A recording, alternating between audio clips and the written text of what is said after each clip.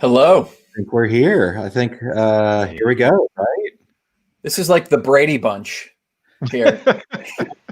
Here's the story of the CloudWatch Prometheus. Oh, that's awesome. So I think this ties the most number of people we've had on the couch. We had a Q&A that had 6 also. So I think, this is pretty awesome. I love having such a big group, especially, in these unprecedented times. It's weird to be around so many people all at the same time. So true. So true. And so why don't we, what do you think? Maybe let's just start with maybe a round of introductions, because as we said, there's quite a few people here. Let's get to know who everyone is. I say we start with my friend, Mr. Hausenblaus. Nice. Hello, and thanks a lot for having me again. It is awesome to be back, and I'm super excited about a very interesting topic that we are covering today, and that is around observability. Love it. By the way, I know we have viewers that are in Europe, and you're in Europe. Where are you? I'm based out of Ireland, and thanks to COVID, I'm not going to leave that island anytime soon. So if you want to find me next year or so, I'm still in Ireland. Yep. Nice. Me awesome. Too. Not Ireland, but me too. I'm not going anywhere. All right. VG. Who's next? Oh, sure. Oh. Yeah, I'll go next. Hi, everyone. My name is VG Sarathi. I'm relatively new to AWS, meaning, I've been here for a year, which actually makes me a veteran because so I started here last September. I'm a senior solutions architect. I'm a member of the Containers TFC, which is the group of solutions architect that specialize in all things related to containers. So I've chosen containers as an area of my special interest. And I enjoy writing technical blogs that delve into a lot of technical details about interesting solutions that are relevant for AWS customers running workloads on either self-managed Kubernetes on AWS or using our managed service, namely EKS. Nice. And this is my first time on the container on the couch. I'm excited to be presenting along with Maya and TP Kohli, and I'll defer them to introduce themselves next. That's awesome. Sure. Welcome, by the way. All right, I'll go next maybe. So this is Maya, and I'm a specialist solution architect, just like VG, but specialist in slightly different area maybe.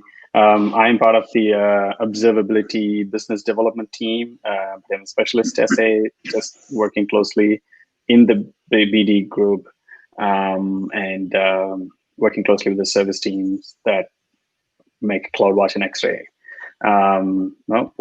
First of all, thank you for having me on the event, and the couch is getting bigger and bigger. I hope it could one day become like a home theater or something. Like we have many more couches. Yeah, that would be cool. Yeah, couches for everybody. Right. And I just want to say, by having these two, by being solutions architects, I just want to kind of talk about that for just a minute. They're working with customers. They're seeing what customers are asking for and what they're experiencing in real time. And, these are the folks that are on the ground helping the customers, kind of get to the finish line, and also bring, as they hear things, bring it back to the service teams to say, hey, we should be doing this. Let's implement this feature. This customer's looking to do this. So really cool to see it's good to have you folks on the show. So really happy to have you here. Thank you. Awesome. And TP. And what about TP? Yeah, hello everyone. I'm probably the least important guy to be here today, but I'm filling in the number. I'm the number 6th. I'm actually the product manager for CloudWatch Container Insights. It's one of our native container monitoring solution. We work very closely with our friends from the Container Management Services Group, uh, ECS, EKS, and Fargate to sort of make container monitoring more seamless, more integrated offering for our observability customers. So I'm here to take a lot of feedback from you guys and take it back home with our product development team. So please don't shy away. Leave a lot of questions. I'll try to answer all of them to the best of my ability and take the rest back home. Awesome. And yeah, I I can't remember, but I think you might be the first product manager on the show.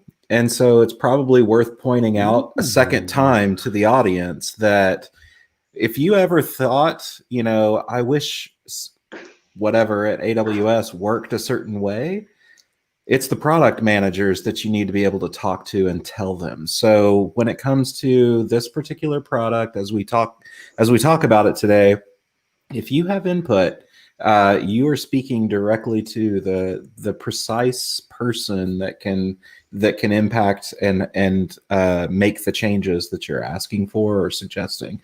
So definitely, bring your opinions, bring your ideas. They definitely want to hear about it. So that's awesome. Or if we you like have something, right?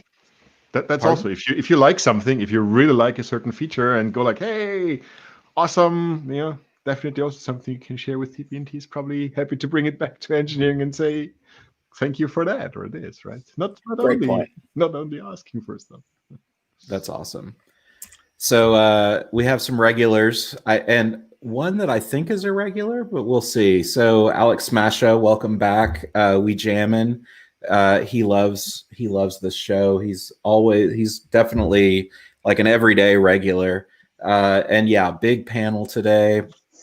And what's going on? We're here to talk about metrics and how better to represent metrics than to have a lot of us, right? So the more the merrier. It's not good to have just a few metrics. You want to have a whole bunch. Mini Jerome, is that you, Cube Jerome? Like, is there something happening? Did you go on a diet or something like that? Why Mini all of a sudden? Or if you're not Cube Jerome, welcome, Mini Jerome.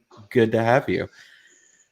So Alex Smasha prizes giveaway. We're still trying to figure that out. And thank you for all the links. Yes, definitely check out eksworkshop.com. Check out our YouTube page, Containers from the Couch, and then containersfromthecouch.com to see all of our archived episodes. It's a funny pun about the ASG. Yes, we auto-scaled the whole show to fit 6 people. I can't wait to see the 7th person, just to see what happens on the screen. And if we can get 9 and really turn this into Brady Bunch, then that's going to be something else. So that's awesome. The question is then, can it still be fed by a pizza, right? If not, we're probably not allowed to air anymore, right? True. Right. How hungry are you is the next question, though. We never actually say what style pizza or kind of pizza. And I've had some Chicago style pizzas that you definitely could feed 9 people from. They were huge. That's a good point. That's a good point. So who is going to kick us off and start the conversation? I'll do a very, very quick high-level intro and then hand over to Imaya, who will probably give us showing us some more details. So we've been working together around a super interesting topic, and I saw Brent earlier tweeting about it, the one or the other, and we always say, like, you have the choice, you're a customer, you know best what you want. We'd like to give you a little bit of guidance, and this is around monitoring, this is around metrics, and there is a CNCF project out there called Prometheus that allows to scrape data from many, many, many different systems, so-called exporters. And you can, pretty much everything, you can have something on your Raspberry Pi, you can have something, I think in Germany, they're monitoring trains, and not that they need it, they're punctual anyways, but, maybe they're punctual because of that, I don't know. But definitely everywhere, used everywhere. And one super important area where it's used is containers. And this is what TP is looking after, right? The containers inside the integration there. And now that we have this integration, this possibility to send metrics from the stuff that Prometheus delivers the metrics to CloudWatch, and you can benefit from there. We thought it's probably about time to show you that in action, and also how you apply that in the context of Kubernetes to drive something with it. And in that sense, it's the auto scaling. So with that, I will shut up and have a look at the chat and hand over to Maya. Thank you, Michael. Nice. So TP, do you want to go do a little bit of an intro from a product manager perspective, and then so I can get to the details? Absolutely. Thanks, Amaya. Yeah. The first I'll probably start with is we are almost a year-old product. So, if you guys have tried the product, and a lot of you have, so thank you for that. We originally started with the vision of building a container infrastructure monitoring product. So, providing you an out-of-the-box pre-built dashboard and visualization based solution on CloudWatch that can allow you to monitor your clusters, your services, your nodes, your pods, in case you're using ECAs, your tasks as well. Now, as we sort of evolve the product over the 6 to 9 months sort of the time frame from launch, we actually also realized that we as CloudWatch, you as CloudWatch customers, care a lot about containerized applications and services, because that's really where the fun part lies, right? And a lot of customers gave feedback that you have X-ray traces and you have service lengths in your product portfolio. So how do you sort of evolve your product and sort of bring more use cases around containerized applications and microservices that are running on this container infrastructure?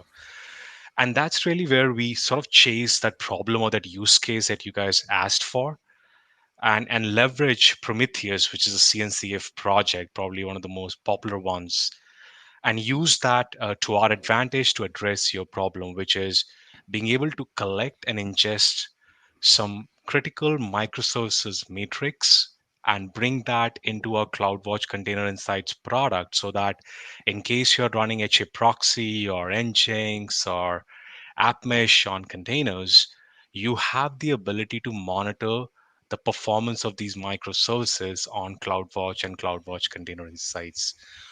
What's also interesting is, as we actually collect these metrics into CloudWatch, we also allow you or give you the flexibility to leverage the larger CloudWatch ecosystem. So having the ability to create custom charts and custom dashboards, being able to use the metric math expressions that we have, being able to transform and visualize those metrics on those custom dashboards, and most importantly, also use those custom metrics and trigger CloudWatch alarms, trigger Lambda functions, and auto scale your applications and your pods running on the Kubernetes clusters. And actually, my friend Vijay is going to talk about a very interesting use case in just a few minutes on how we are actually leveraging the CloudWatch ecosystem to our advantage.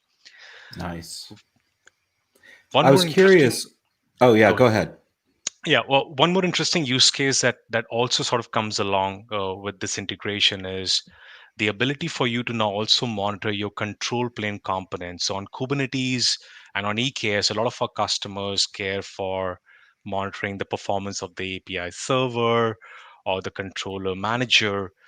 Now, with the CloudWatch Prometheus agent, you can actually also collect your control plane component matrix and bring those also into the CloudWatch custom matrix portfolio and do all the fun stuff that I just talked about. Nice. Let's back up one step. You mentioned Prometheus being one of the most popular CNCF projects, and maybe this is a question for Michael as much as any of you.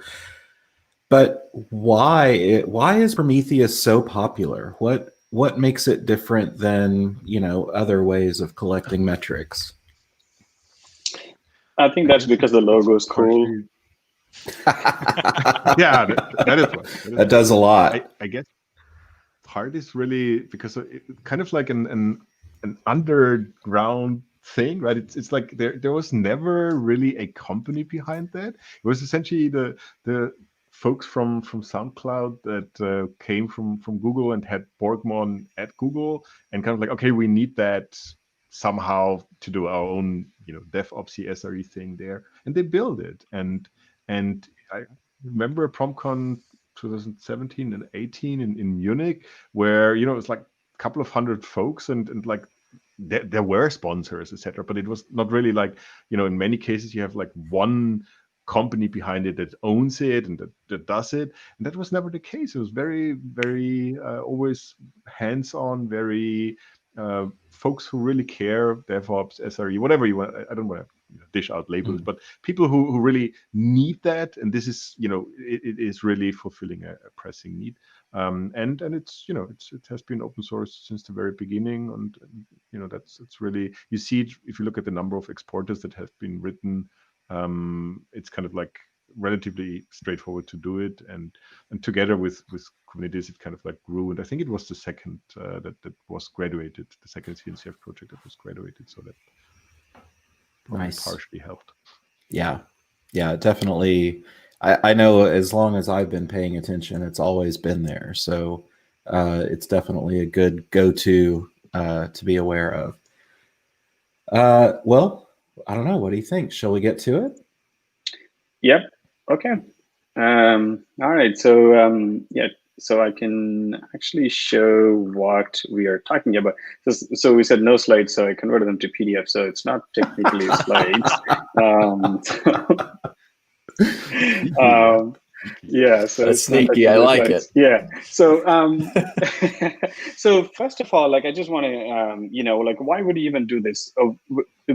Basically, what customers have, CloudWatch is an observability platform, right? Like, what we mean by that is it's not just about monitoring. It has this integration with other services, and it makes it easy for you to collect metrics, traces, logs. Obviously, traces go to X-ray, but you have this as a CloudWatch and X-ray as a platform for you to get deeper insights into things. And it has all those advanced things like anomaly detection, and we also have this insights feature these days, which gives you, we try to give you this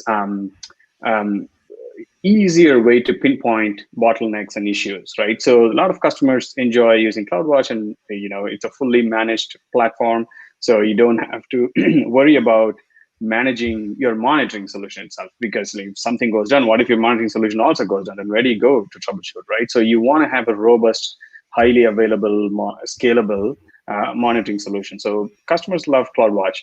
But at the same time, there are a lot of workloads, and also a lot of workloads that expose metrics in a different format, in this case, Prometheus exposition format. And also, you might also want to send custom metrics to CloudWatch as well in an easier way. So Prometheus is a great way to do that. So we thought, okay, so why not allow customers to easily ingest Prometheus metrics, or the metrics in Prometheus format, into CloudWatch, and so all the metrics end up in CloudWatch, and so customers can make use of all the CloudWatch features that they already have, and they don't have to. Otherwise, the other option what they have is they have to manage their own Prometheus environment, maybe do visualization in Grafana. That's another environment they want to have, and that becomes another heavy kind of unnecessary heavy lifting that needs to be done to have a monitoring solution while you already are using CloudWatch. So came up with this. So basically the way it works is you have these applications that are exposing metrics at an endpoint, this case /metrics for an example. And what we have is we have an agent called CloudWatch Prometheus agent, just like how the CloudWatch Container Insights had a CloudWatch agent. And you also, if you're using X-ray, you have an X-ray agent that can run on different environments. And also in some areas that these are built in, like in Lambda function, API gateway, and so on. But the CloudWatch Prometheus agent can be deployed in either ECS or Fargate or EKS or Kubernetes on EC2. Officially support all these combinations. what this CloudWatch agent does is it basically, based on the configuration, I'll show you how you can configure the agent itself, and it will discover what endpoint to go look for to find those metrics. And once it understands where to look for it, basically goes and scrapes those metrics and in that endpoint at a specific interval frequency. And then in memory, it translates those metrics to embedded metric format. So embedded metric format is a specification for logs. Yes, I'm talking about metrics and logs in the same, but that's intentional. That's because it's actually this is exactly the kind of technique that the Container Insights agent also does, and it's the same thing that Prometheus agent also does. So the reason why we're using this is it allows us to us and also customers. You can also send your metrics in the form of logs. Because you don't have to make multiple put metric data API calls to continuously put the metrics and keep on doing that. And also in highly ephemeral environments, like for example, Lambda functions, it becomes more difficult. Maybe a Lambda function is not even running that long. So you don't want to add additional kind of operational time in making those calls and waiting for the response and so on. So you can just do an STD out and be done with it. So it makes it a lot easier for sending for customers on this in running these kind of workloads to send metrics to CloudWatch. So that is a format, and in that it converts that to that format and send to CloudWatch logs. So as soon as CloudWatch gets a log event in embedded metric format, or EMF in short, it knows that it probably has metrics in it. So it reads the log event and extracts the metrics out of the log event and publishes those metrics into CloudWatch metrics, which gets published in Cloud. Basically, what that means is it's just like any other metric, just like any other metric that would get from another services on AWS, or maybe other metrics that are collected from CloudWatch agent, using CloudWatch agent or anything like that. It just becomes like any other metric. So you can do things like dashboarding, setting up anomaly detection on those metrics data, and every metric related thing that you can think of, right? Like doing math expressions and so on. So it's that's what we do. So what I want to do is I want to really quickly show what that embedded metric format looks like. So like I said, it's just a log format. And if you have this this in the header, the string, so that basically means that it is an EMF log event. And there's a specification, a documentation structure. There's an example here. You can, I don't want to go through all this, but this is not the focus right now. But if we have a way to share the link, maybe we should. So if I put it on comment, will it go? It will. What? I might have. Let's see here. I might have the link. Did you send me the link earlier? I did not, but I can. Cool. Okay, I'll send it on Slack for you. So, okay. So this is just the embedded metric format or EMF specification, right? So you can also do this in Lambda functions, for example. You don't have to make those API calls to CloudWatch to publish your metrics. You just do an STD out and in this format, and it goes in. So we also have something called it's something called Lambda Power Tools. It's available for Python. It's one of our awesome essays in Europe who created that, and it's available for. I think it's working on other languages as well. It's actually really cool. You can just easily publish metrics. Java as well. Oh, and Java also. I believe. Yeah, it's really cool. I love that project. So you can use that to very, very easily publish metrics in EMF format to logs. So makes it super cool. All right. So the way it works is that, and so right now we actually support Prometheus has 4 like major metric types. Look, we do support counter, gauge, and summary. We histogram metric types are not supported yet as of now, but obviously we're working on that. And the way overall, this is basically how it works on EKS. And as you can see, you have this CloudWatch agent, which is the Container Insights CloudWatch agent that collect the performance metrics and application logs and host logs, data plane logs, and all that stuff. The combination of Fluentd and CloudWatch agent, that is that setup. On top of that, you can also, if you have Prometheus endpoints, you can install this Prometheus CloudWatch agent, which will basically scrape metrics and send to CloudWatch, right? So it's very similar setup on ECS as well. you have this thing, you don't see the Fluentd agent because you actually don't need the Fluentd agent on ECS. We actually just use the typical AWS log forwarder, or even you can use Firelines to configure and send the logs because you're only collecting application logs.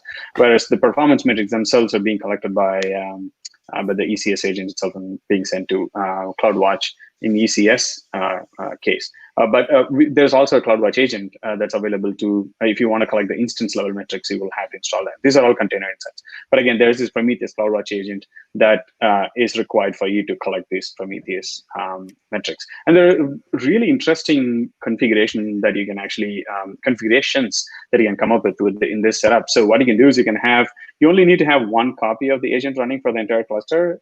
You can have more than one copy to scrape different endpoints if you want to, or you can actually even have one agent running in one cluster, and if it's the same VPC, as long as it has the required security groups allowing it to reach the endpoints through the private IP port, whatever endpoint you're scraping it out of, you can actually have one agent running in one cluster, and you can scrape metrics from other clusters too. So that's also possible. So you can do all of that with configuration. It's quite it gets very interesting. You can decide based on what your need is and how much the load is and stuff like that. So there's a lot of things that go in when you make the decision. What I'm going to do is I'm going to actually show how I deployed this agent in one of my ECS clusters.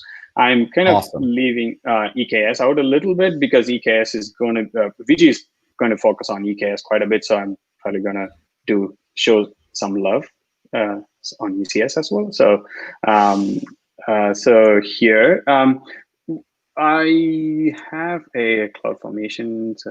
All right, so I have this. What we do? Okay, so what we do is we actually how you can install this. Okay, let me go there. Sorry, jumping. So here we have this documentation where you can actually go. You can actually install this Prometheus agent using. We supply CloudFormation templates that you can actually use to deploy the agent. And there are a lot of command samples that are available for different configuration types. And this the ECS cluster and bridge network mode and so on. So one that I'm going to use is actually, or that I used actually, is the Fargate one. So I have a Fargate cluster, and I basically use this, and this is what this is the one that's going to actually scrape the metrics out of my Fargate cluster. What I did, I am going to show the CloudFormation. When you run this, right? So what happens is, this is what gets created. And here you have this ECS execution role, ECS task role, because it's ECS. You have this task definition for the task itself, like because it is going to be deployed as a task. You have to have a task definition to deploy the task on ECS. And there is an ECS service definition as well. So there is going to be one copy of it. So you want to maintain that and stuff like that. And you want to change the count and so on. So you deploy it as a service. So manageability becomes easier. And you also have, I'm talking about CloudFormation template that we supply, right? So here you actually have two SSM parameters. SSM is Systems Manager Parameter Store. So we can have key value pairs. So what we do is the CloudWatch agent actually uses these parameter keys to store values that are configuration for the agent itself. So it knows that it has to reach out to this parameter store and read the values and kind of understand where to go scrape metrics out of. So here, if you look at it, so it has these a JSON configuration and a YAML configuration. I'm going to show you what this actually are, but these are the things that get deployed when you run the CloudFormation template. All right. We have a couple questions. I don't want to interrupt you, but I do want to jump in before you get too far past them. When you query the logs, do you require a specific expression to make sure the Prometheus data is being ingested?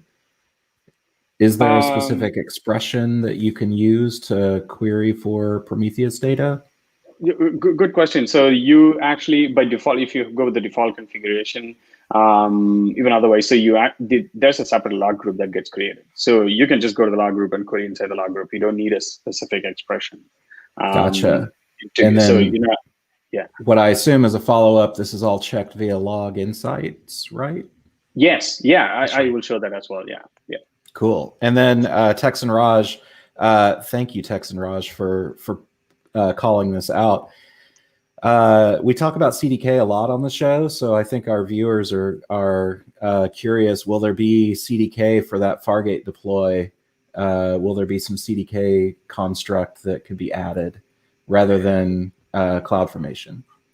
You could actually do that today, right? Like, because these are just typical constructs that are available. So you could actually have an SSM parameter, and all these things can be done through CDK as well. So it's really, we are not created like separate constructs for this. To make it super easy, probably we can do that, but it is possible to use CDK today to do the same thing. Yeah. And so just remember, with CDK, if there's CloudFormation support, with CDK, there's what's called the L1 construct, which is basically a CloudFormation mapping. So it's CDK mapping to CloudFormation directly. But ideally, I do see this as being a higher level construct, like we have the ECS add-ons, which we're going to talk about on a future show, which is a great example of add Prometheus and just a simple method call to your service object, and boom, there it is. So I could see that. Yeah, that'd be really cool. Yeah. All right. Yeah. Continue. Sorry for interrupting. Oh, no worries. This is great. It's always good to interact. All right. But the challenge is you lose the flow. So now once you deploy, you get that. And what I'm going to do is I'm going to show an example site that I already have, like an application that I already have that exposes metrics in Prometheus format in a certain endpoint. So this is my application. So here you can see that this is a ASP.NET Core based application, and I've used a Prometheus SDK to kind of instrument my code to send metrics in Prometheus format. So it exposes. Can I quickly stop you here just to make sure that everyone, I don't know if everyone out there is familiar with the exposition format, that we quickly just pick one line and say like what it is, and maybe also hint at, this is the basis of the upcoming open metrics format. So just pick a random line just to explain a little bit, what do we actually see there in terms of this is the metrics, labels, etc., just so that where's the timestamp, for example, right? And so.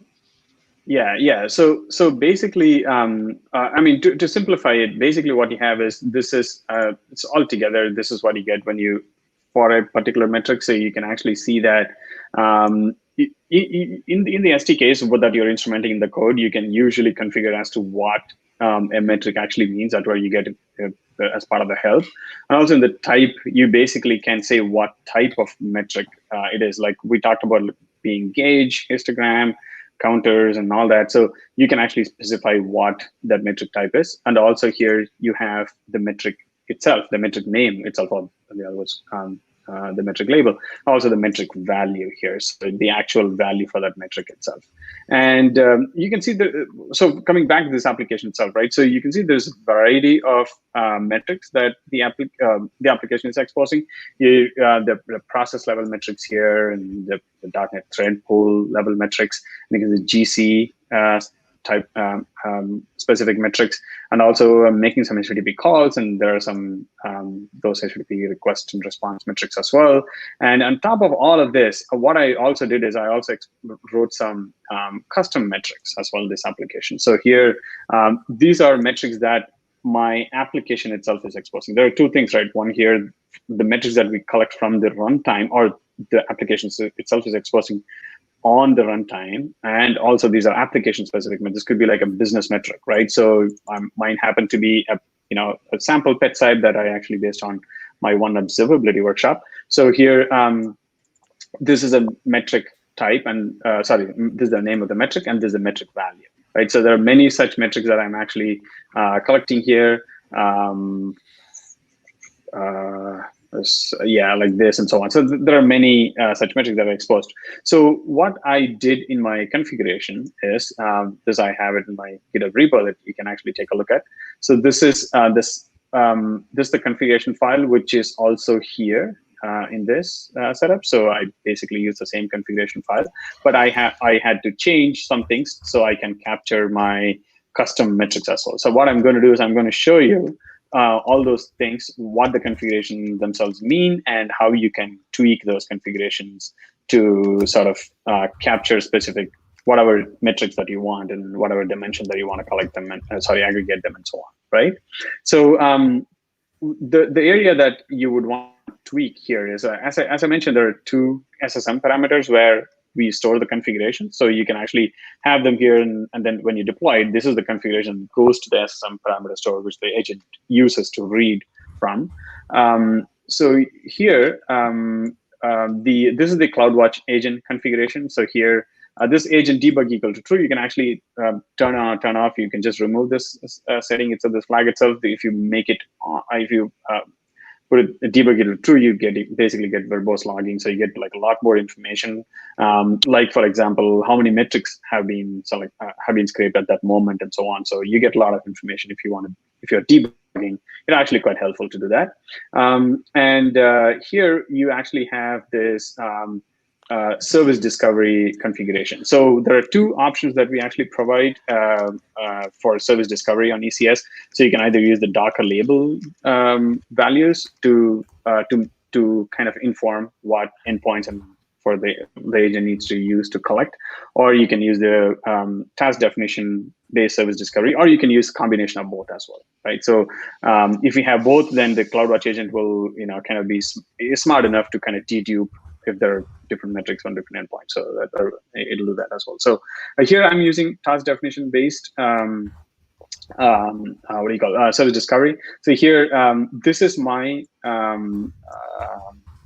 configuration. So here I have this service discovery, which is SD_job name, which by default it's the job name is job. If you want a different one, you can actually name whatever. So this becomes the log stream name in the log group that gets created, right? So can we see this running? Yes. Yeah. Let's see if we're running short on time. So I want to make sure that we see this running rather than stepping through the CloudFormation, because I did post the link for the workshop, and people definitely, you should go check out the observability workshop and run through this yourself. Okay, perfect. Okay, I can quickly jump to the actual application itself then. So like I mentioned, this is the endpoint in which the metrics are exposed, and this is port 80, so that's configuration, all of that is in there. So once you do that, what happens is you actually have this log group created. So if I can select this, you can actually see that this is the log group that I was talking about. This is the one that gets created. And this is where you see all the EMF metrics. Like I mentioned, this is the job name. The job name becomes the log stream name, and have all the log events here. So if you go inside here, you see this one, for example, this is actually an EMF log event. So you're saying this is the metric that I want to be collected, and this is the dimension under which I need to aggregate the metric, and here's the namespace that the metric needs to go to, right? And here you have all the metric labels and values, and you can actually choose any of the labels to change the dimension as well. So this is the dimension here because that is my configuration. Again, it's a public GitHub repo. You can take a look at what I did. You can actually choose anything you want. If you want to like task revision based dimension, if you want to just add that in there, it will change it that way. So when you do that, you collect those metrics, and they all come to the CloudWatch metrics console here. So here under ECS/container_Prometheus, that's the namespace. It's a custom namespace under which we collect all the metrics. For ECS, for EKS, they go under this one, container_Prometheus. So if I go here, when I go here inside that dimension, you can see that these are all the metrics that are there that got collected, right? Again, like I said, once you get to CloudWatch metrics, you can make use of all the metric features here, like anomaly detection and all that. You can see that this one actually, this actually has anomaly detection enabled, and it actually can tell you if there were any anomalies in the data itself. So we have a question from Texan Raj. He asks, is this a sidecar pattern for a Fargate deploy? Yes. Yeah. So no. Well, so in this case, I actually created as a separate service. We would. That's the configuration that we have. But if you want to go tweak it and change it to sidecar pattern, you can. But in this case, I have it as a separate service. So you deployed a separate service that then reaches out and scrapes all these metrics from the application. Does it have to reach into, like, let's say your app containers are scaled and you're running 5 copies of them. Does it have to reach into each container to get the metrics for that individual container, or is it possible to get metrics from all of them from that one scraping? You see what I'm asking? Or maybe I'm not saying it right. No, correct. So it actually has to go to each copy of the task. If you have containers inside it, it has to go to the private IP and the port and scrape the metrics out of them. Okay, gotcha. And you could still do that if you build it that way to, with that in mind. You could have it reach it out to each IP, scrape the metrics individually, or if you don't want to build it that way, you certainly could still deploy it as a sidecar and have it just scrape metrics from localhost, since it would be sharing a network interface. That's right. Yeah. Do you have any ideas what's more common? What do people, prefer to do?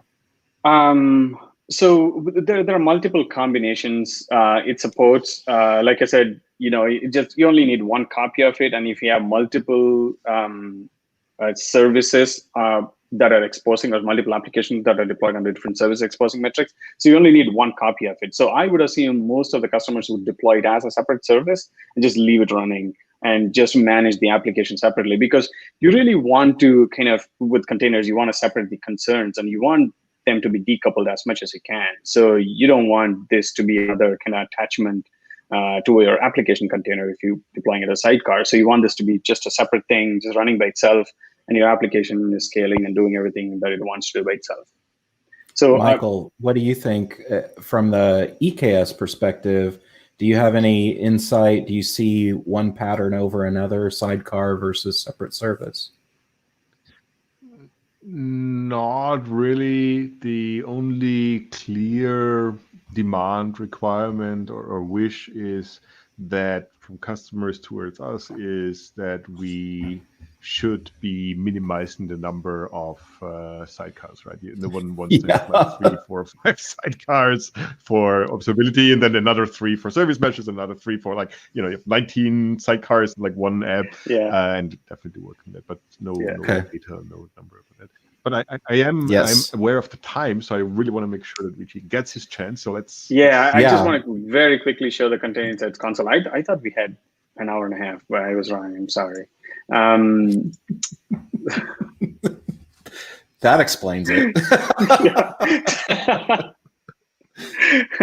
Well, that's the Container Insights console, and you have, what we do is you don't have to do anything. You just install these things, and you have Container Insights metrics that are coming in here. Like I mentioned, the metrics go there into those different custom namespaces and CloudWatch metrics and make use of them.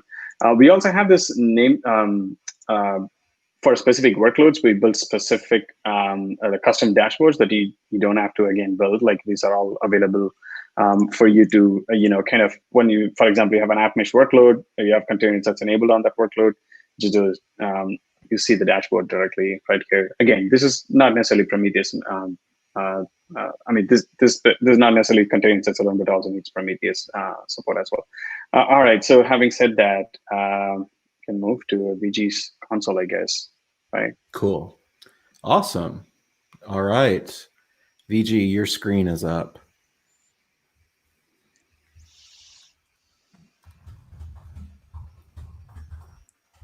And you are muted, but I will unmute.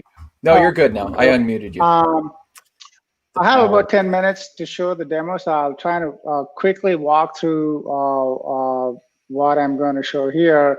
So basically, I have here a simple service that is written in Java. It's a Kubernetes deployment that is deployed with 2 parts called Recommender app.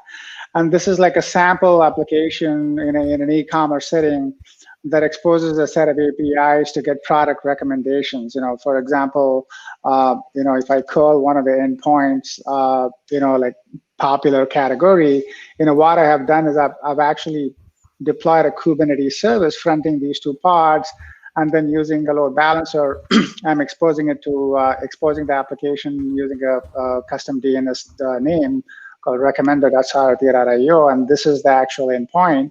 So it kind of gives some product recommendations. And this application has been instrumented with Prometheus client library so that it is actually exporting the metrics data that it is collecting in a format that is conformant with any Prometheus compatible scraper, such as the CloudWatch agent. So we have this application that is running in the Kubernetes cluster, and our intent is to actually scale this out by using CloudWatch metric alarms, right? To do that, I have also running in the cluster in the CloudWatch namespace, and I have the agent that Imaya just talked about, which is running just one replica of that agent. With those things in place, when I go over to the logs that are collected by this agent and sent over to CloudWatch, and you can see basically what this is doing.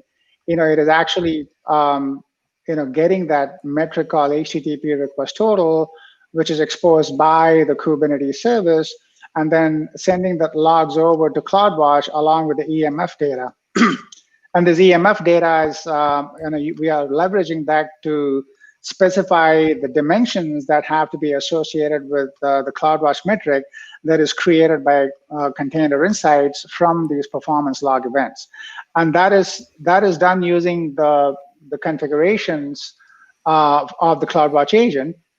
For those that are very familiar with Prometheus, this is your standard Prometheus configuration. What I have done here is, I've kind of modified it so that it is scraping, the CloudWatch agent is scraping the metrics only from the parts that are running in the Java namespace.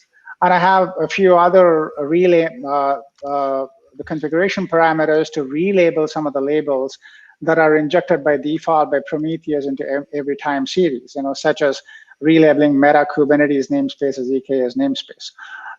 And that's what basically gives me this kind of CloudWatch metric data when it is sent over to CloudWatch.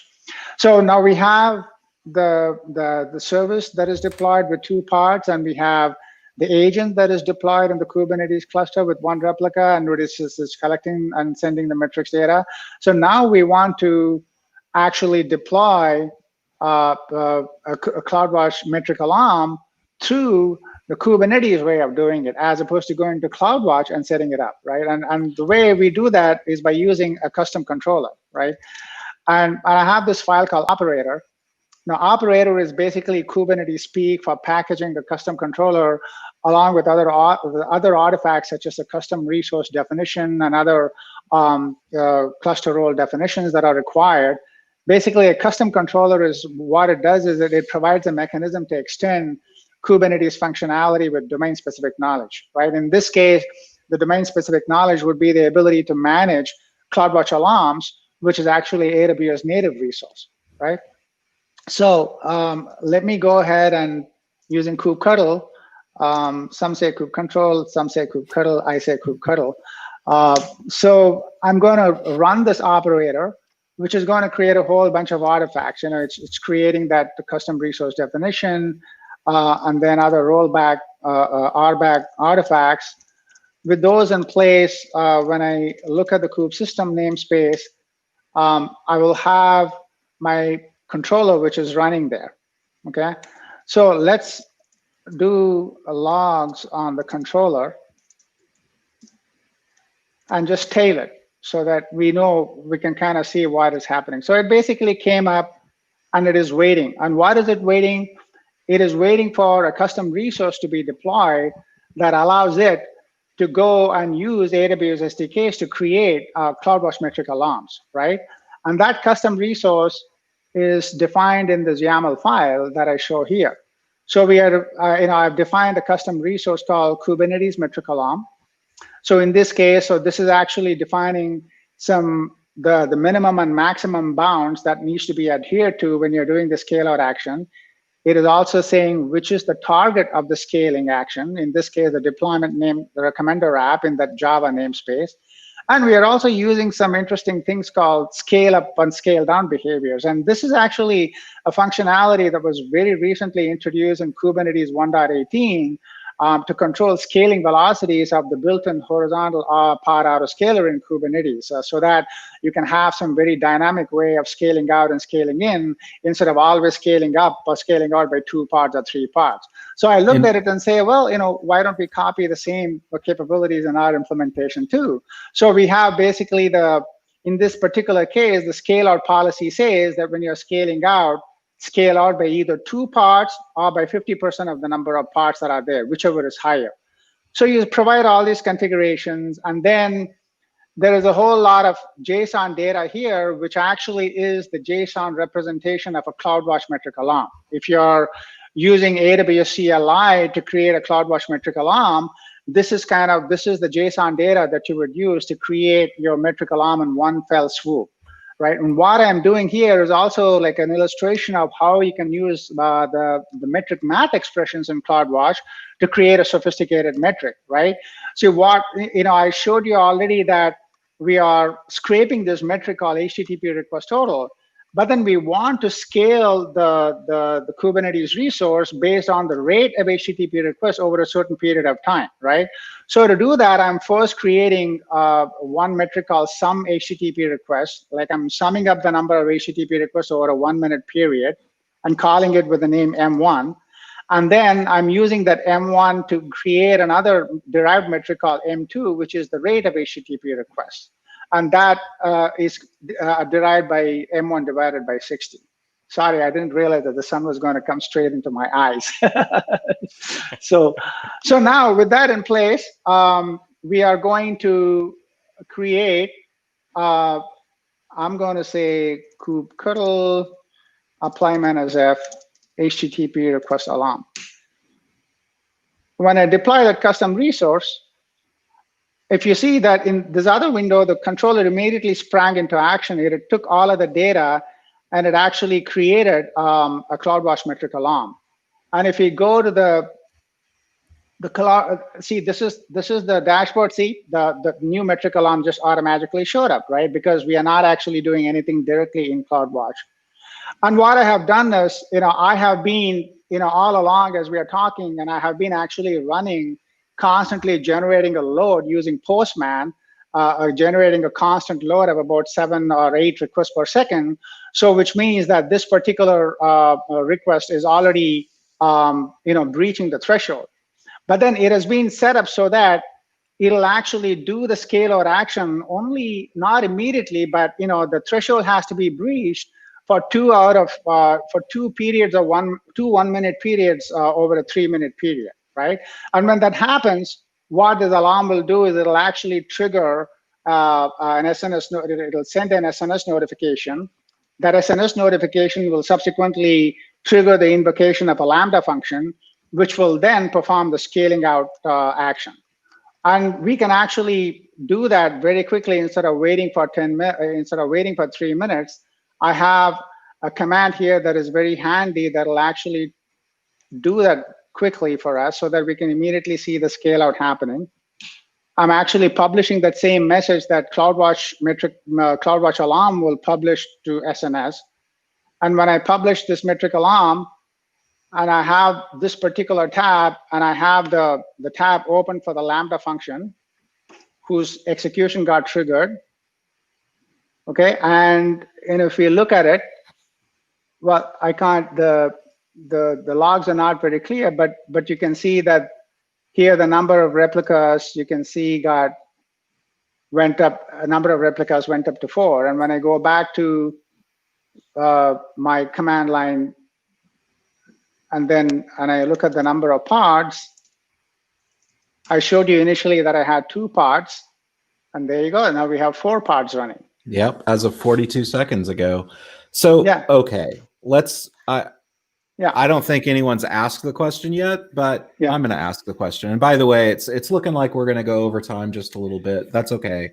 No one's coming on after us, so let's take a little bit of time and dive into this a little bit. Sure. We have the horizontal pod autoscaler. Why is this better? Or what is this doing that HPA can't do? Yeah, So the horizontal pod autoscaler is a capability that is built into Kubernetes, right? And it has, in order for us to leverage, in order for it to do the scaling, we will have to actually feed in the Prometheus metrics into the horizontal pod autoscaler. And there are, there are different ways of doing that. For example, if you are running Prometheus server itself directly on your Kubernetes cluster, you would install a Prometheus custom adapter so that the horizontal pod autoscaler can then get the metrics from the custom adapter to do the scaling. But in this case, we are actually not using a Prometheus server, but instead we are sending all the metrics over to CloudWatch. So what you could do is, and there is an open source project to actually pull in all the metrics from CloudWatch and feed it and using an adapter, a custom adapter for CloudWatch that feeds in these metrics to the horizontal pod autoscaler. So you could do that also.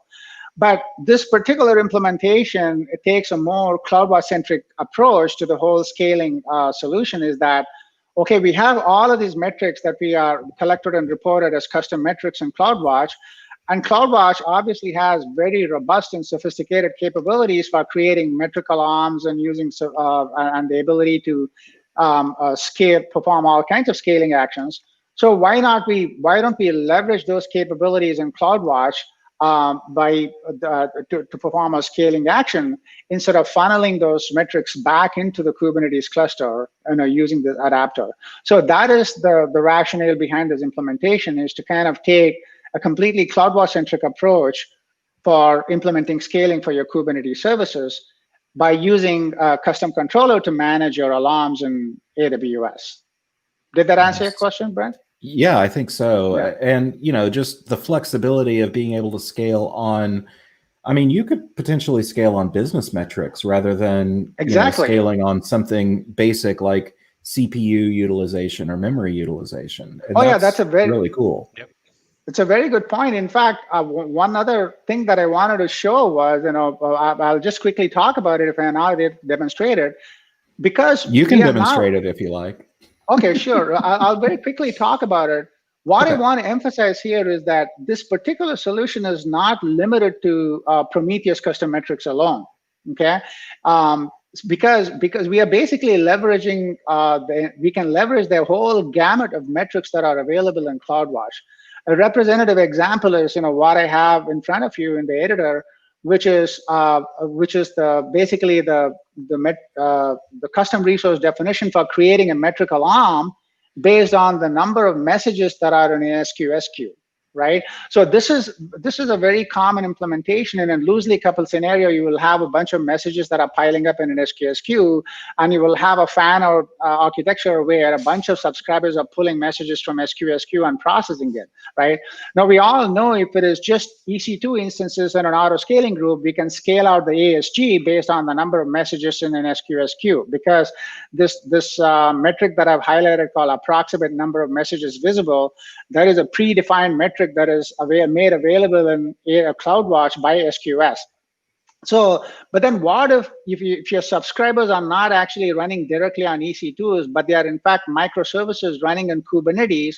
How will you handle the scale out using this approach? And all you have to do is, create an alarm like this, a CloudWatch metric alarm using this custom resource. So, for example, in this particular case, I'm again saying, if the number of messages in a particular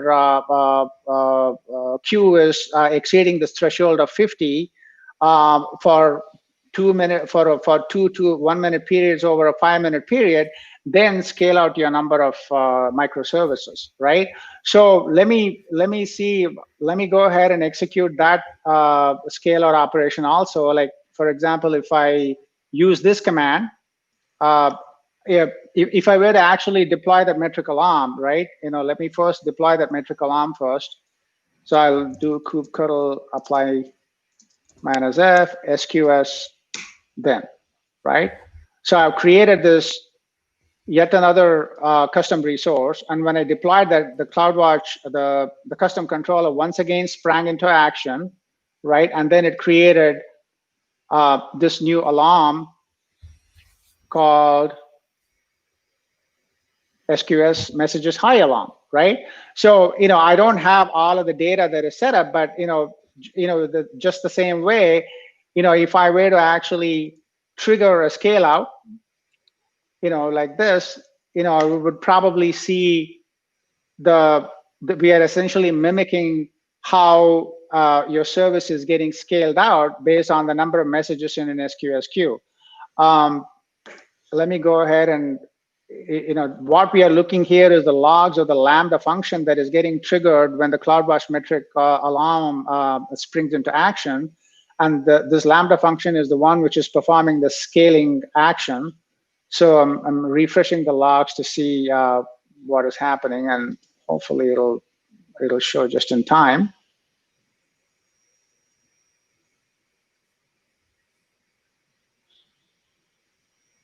Any minute now.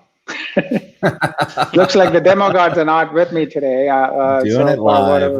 We're used to it. Hold on. Well, let us not give up so easily. That's right. It'll happen.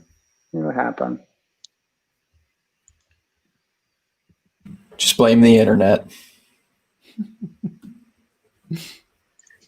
Did you get kicked out? Or no. It's I don't know what happened here, but let's try it one more time. Maybe didn't pay the bill. Open a new tab, maybe. Nah.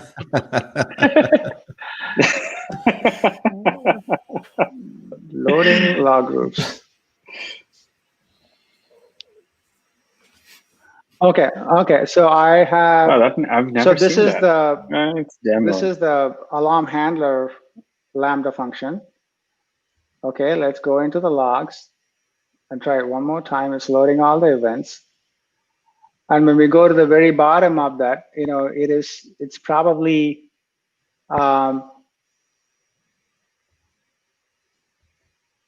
instead of doing that, maybe I can just quite simply go back to this console and look at the number of pods in my Java service. Previously we had 4, and see now we had 3, 6, 9. And the reason is, again, this is another example of the velocity of scaling that I talked about that you can control. Like, you're instead of always going like 2, 4, 6, right? We initially had like 2 pods, and then, we actually scaled out from 2 to 4. And then the next step would be going from 4 to 6, and then 6 to 9, like, because 50% is more than 2. So that is an example of how we scaled it out based on the number of messages in an SQS queue. So there you have it. So we just demonstrated how we can scale out Kubernetes service using a Prometheus custom metric and using a service metric available from some other AWS service, all using CloudWatch metric alarms, and not relying on the artifacts that are typically used in Kubernetes, such as the metric server and the horizontal pod autoscaler. Nice. I think that's really cool. I've definitely had customers asking, we have this queue, be it it could be a Kafka, topic that they're using as a queue, or it could be SQS or something like that. But it's the question always comes up: how do we automatically add more workers when we have this huge surge of data to process? And we're used to thinking of scaling an API based on transactions per second, or that kind of thing. That's like an easy problem to solve. But scaling something like a worker, where it's based on this other completely separate metric in possibly a completely separate system. That can be tough for customers to figure out how to solve. So I love this example because it definitely just nails it. Yeah, because we know. Vijay, just a request. Sorry to interrupt you there. So do you want to just throw that architecture diagram on the screen, and maybe just when you summarize the whole thing, maybe that'll make it a lot easier. Yeah. I wanted to talk about it, but then I kind of cut to the chase and wanted to do the demo in the interest of time. But okay, we can kind of talk about it now. So what we have, in the square box, that is basically representing your EKS cluster, or it could be a self-managed Kubernetes running on AWS too. So so we have the custom controller, which is running here. Well, before we go to the custom controller, we have the application, which is my Java service.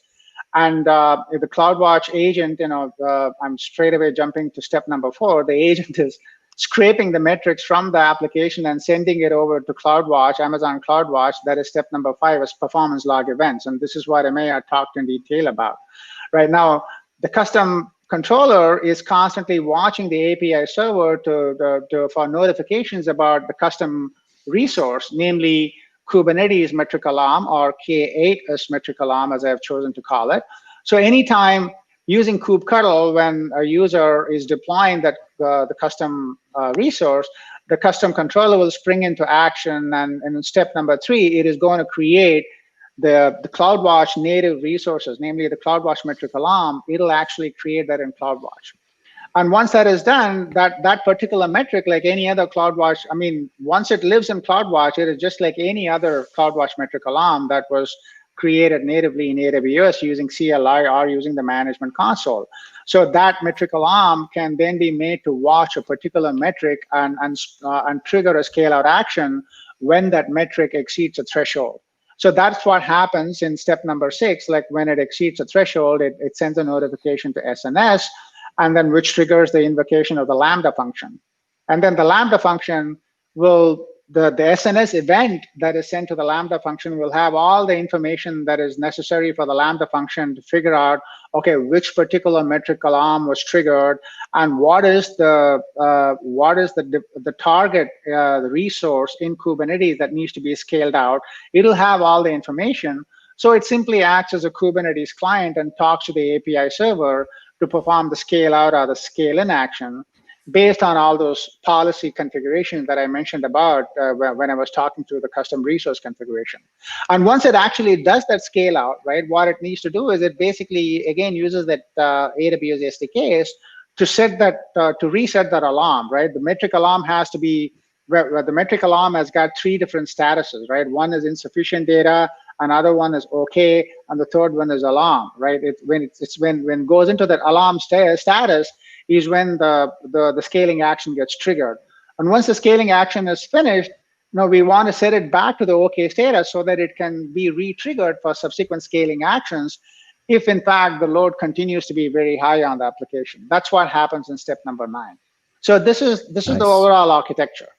So Vijay, just a simple question. So I know you want to scale out, but you also want to scale in when things are okay. So for that, would you create another alarm and basically just make that happen? Exactly. In fact, I stopped short of showing that in the demo. But if you when you look at the custom resource configuration, I also have a separate section called scale down behavior, right, which actually controls how the scaling needs to be controlled. And in corresponding to that, I have a scale-up alarm configuration. I can also have another, the custom resource definition allows for a scale-down alarm configuration, where I can actually set up a similar type of a JSON configuration that tells me how to scale down the metric. And what you would do there is, for example, the key is the comparison operator, right? In this particular case, I'm saying, in a scale-up operation or scale-out scale-out operation, we say, okay, if the threshold is exceeding 5, for 2 periods out of 3, if it is greater than or equals to, then perform the scale-out. So when you're configuring the scale-in operation, your comparison operator will be less than or equal to, right? And so, for example, if I just, just by changing it to if it were like this, less than or equal to, then when the threshold falls below 5, then the autoscaler will spring into action and scale in the number of parts by using these configurations. It'll scale in either by 1 part or 50% of the number of parts, whichever is higher. So that is how you perform both scale out and scale in one fell swoop. I think we need to. Yeah. I do want to get one last question in from Boke Joe. Sure. It's been a while, but it was a good one. Is there plan to support something like open telemetry? Yes. Yeah. Definitely something we're working on. Very very active. If you look around, you will find a number of blog posts, etc., that already hint at how active we are. If you're familiar with OpenTelemetry, you might know that it's not evenly distributed around traces, logging, and metrics. But definitely, yes, that's definitely something. So stay tuned next couple of weeks. And I also will say there's reInvent coming up. So stay tuned. Definitely. Yeah. And well, speaking of reInvent, yes. Sorry, Brent, but so Michael, you do have a talk at reInvent that's going to talk about this all topic, this stuff, right?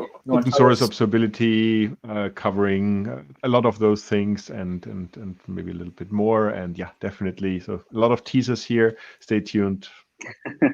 Telemetry. Yeah, shameless plug. There's a reInvent Be sure to check out talk from my side as well. It's MGT 306. Just keep an eye out. Nice. Yeah, awesome. It's virtual, right? You can watch all of them, right? That's the beauty. You can watch all of them. Plan on it, right? All right. Well, this has been good. We ran over time. That's okay. Hopefully it was worth it. And we got to see Prometheus integration on ECS as well as Prometheus integration with EKS and managed CloudWatch alarms, the controller. It was all good stuff. So really appreciate your time, everyone. And if you have questions about observability, feel free to funnel them to Michael Hassenblas. You see his Twitter handle up there. Or if you want to reach out to VG or TP or EMEA, you can do that as well. So or Adam or me. So reach out to us also. We'll definitely pass your info along. So I really appreciate everyone's time, and we'll catch you back here tomorrow. Cheers. Thank you. Bye now. Thanks, everyone. So everyone, take care.